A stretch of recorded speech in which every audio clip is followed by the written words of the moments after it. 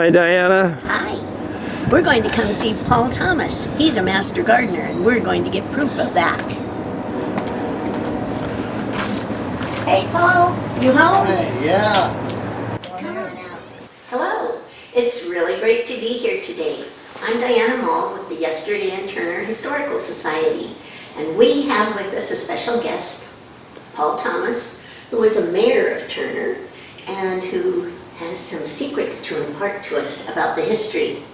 Paul, would you tell us a little bit about yourself, how you got here, how you got to be mayor, and then go into these secrets that we are so interested in learning? Well, I got here by retirement.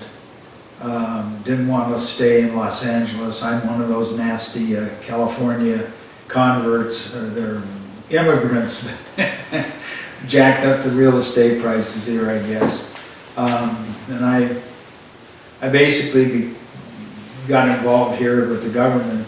I met the prior mayor, Carly, and she conned me into running for the city council, which I thought, well, you know, I said I would do it because I knew I wouldn't win. Nobody knew me. Then after I registered to run, the other guy that was going to be running against me dropped out. Oh no. So all of a sudden, I'm going to be a council person, whether I like it or not. So I was on the council for about 1.5 years, and I think it was 1.5 years, might have been 2.5 years. Anyway, the mayor went through a divorce, met a fella, fell in love, and moved out of Turner. So somebody had to do the mayor job, and I think I got it by default, just because nobody else wanted it. But it was a very interesting experience. I certainly had never been involved in government before. And I lasted for 6 years, and that included the city flooding in 2012 and a few other choice items. But so it went. It was still, like I say, overall it was fun. And I got to know my buddy Dave Sawyer, and of course he's going to play a very large part in this tale. And Dave was our city administrator. Yes, he would. So, yeah, that's pretty much where I'm coming from, I guess. All right. Did you start out with full head of hair and just lose it being mayor? I've been bald like this since I was 20 years old. So Can't blame it on Turner. no, I blame it on, I found out it's a recessive gene and your mother carries it, so it's all my mom's fault. So, but It could be your dad's fault for marrying her because he should have looked at the father's genes. yeah, I don't think they checked things like that out when they were getting married. I'm pretty sure they did. Yeah. Well, what can you tell us that's so exciting about Turner's history? We love learning things. Okay, well, this is the tale of how we came to have I guess you'd call it a small monument to the Hiroshima bombing. Okay. And it all started with me just sitting, I think actually in this actual chair, reading the Statesman Journal, and I saw an article that was about Hiroshima, and I started to read it. Those kind of articles kind of attracted my attention because my time in the military, I actually worked with nuclear warheads. So I thought, oh, what is this about Hiroshima? So and it turned out what it was, and then this is prior to Turner. Basically, we bombed Hiroshima. After the bombing, over the course of a few years, one of the Gingko trees that had been at ground zero actually started sprouting. And so I don't know who, I don't know this background, but then a woman who had survived the bombing and had met a GI during the occupation of Japan fell in love and married him. And when his tour of duty was over, they moved back home, which home was Medford, Oregon. So she then got this idea of what could she get some seeds and basically grow them. And then they were offering the saplings to any sort of an organization, be it a government, a city government, a county government, you know, anything in that area where, and what they were asking was, we give you one of these trees, but you have to basically create a, at least a plaque or something like that, commemorating the event. And so I thought, man, that's really cool. Wonder what a ginkgo tree looks like. Oh, you didn't know? I didn't know, and I was a member, I was a member for 9 years of the Marion County Master Gardeners, but I didn't know what a ginkgo tree was. They're not the most common over here. No, not too much. So anyway, I thought, man, that would really be kind of cool. I wasn't the mayor anymore when I saw it, but I knew Dave, I knew all the people at City Hall, so I grabbed the paper, circled the article, took it down to City Hall, and gave it to the city clerk and explained to her, you make sure that David sees this and you tell him if he doesn't read this article, I'll hound him for the rest of his day.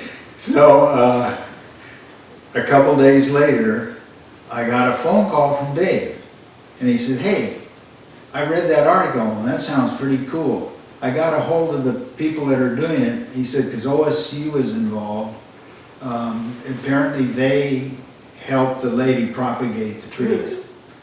So he said, anyway, it sounds like we can get a tree, but we have to go through a couple hoops. One of them is that we have to have someone who basically accepts the task of being the guardian of the tree. And I started laughing. Dave and I had a long history. He told me I was one of the more exciting mayors to work with. And anyway, when he explained he needed this guardian, and he says, and I said, well, would a master gardener do? And they said, oh yeah, that would be perfect. And of course, at that time I knew I was the only master gardener in Turner. I knew that Dave knew that, and I knew that at the other end of that phone, he was grinning from ear to ear, because I had dumped that on him and stepped back, and he was just pulling me back in whether I liked it or not. So I said, okay, I guess I'm in, you know, what do we do? And he said, well, I don't know exactly when the trees are available, I'll call and get some information. So anyway, he did that, and he called me up and he said, you know, I've got the tree, and I guess he said it needs to be planted. He said, I had the utility crew planted at Turner Lake. Okay. And I said, okay. Well, I said, I walked, at that time I was walking around the lake every day for exercise. So I said, oh cool, I'll check on it every day, and you know, I'll be a good guy about this. Well, time went on, a month or so. The tree wasn't doing well. They hadn't really thought about putting it someplace where it could get a nice daily dose of water to get, you know, get rooted in. So I'm like, so I thought, oh, I better call Dave and tell him they need to take better care of it, or I better bring some water down. Well, when I went walking the following day, the tree was gone. Uh-oh. And I'm like, oh my God, somebody stole our ginkgo tree? How tacky is that? And so anyway, I called Dave right away, and Dave said, no, we talked to OSU and they said the tree wasn't doing well, we should dig it up and we repotted it, and it's in my house right now, and we're supposed to wait till spring to plant it. So I'm like, you sure you know how to take care of that tree, Dave? Dave assured me that he did. I have a funny feeling if I could talk to his daughter, she probably ended up being the one who actually did that. Dave wasn't much of a plant person. Anyway, that's where it stood, and then in the midst of all that, he got diagnosed with ALS. So he wasn't working as much, and the tree was at his house. So unbeknownst to me though, he had continued to work and he made arrangements. And so one day we were informed that, hey, we're gonna have this ceremony in the park, only now we were gonna have it in, not at Turner Lake, but at the old 5th Street Park, which is now Dave Sawyer Park. So, you know, it's kind of, anyway, my wife and I called him up and said, hey, you know, we could come get you. And we got a text back, I'm sorry, It's okay. that he was too weak to come. So anyway, we knew then that he wasn't long for this world. So anyway, we went to the ceremony, and it was vintage Dave Sawyer. First we had the 5th grade who walked over from Turner Elementary, and the kids had written haikus. After all, it's a Japanese tree. And and then he had another group of, oh God, what were those kids? Oh, they had a little session where they each said how they felt about the tree and what it was. And then Dave had arranged with the Turner Cascade High. We used their machine shop on multiple projects where we needed some sort of metal work done. And they did the column that's next to the tree that says something, it's in 6 different languages, and it says something like, may peace prevail. I'm weak in foreign languages. So. Good thing we didn't Trust start me. out in Greek or something. Yeah, oh my God. Yeah, and then actually the lady who had started all this was there. So anyway, she and one of the OSU people planted the tree, and then they also did we have a little plaque there that explains everything that happened. So, you know, it was basically just the two of us damn fools who did the whole thing. You know, it was. I'm glad you did. Well, you know, I actually stopped by to look at the tree yesterday, and it's growing well. It looks real nice right now. And I know you got to remember is their fall colors are pretty spectacular. So I've got to remember to go down in the fall and check that out. And just an aside, as Dave and I got into this, I knew through the gardeners, I knew the people they were working with at OSU. So the extension agent from Marion County mentions to me, he says, you know, these trees can be kind of controversial. And I said, really, why is that? And he said, well, people don't realize it. He said, but Gingko trees produce fruit. That fruit is some of the most disgusting smelling things in the whole wide world. I hope you got a male tree. And yeah, if you have a male tree, you don't have that problem. We don't know what we had. We had a tree. I think they said it takes about 15 or 20 years for them to mature and fruit. So we've got a long wait to find out what we've got. But Dave and I were on top of our game. We were prepared.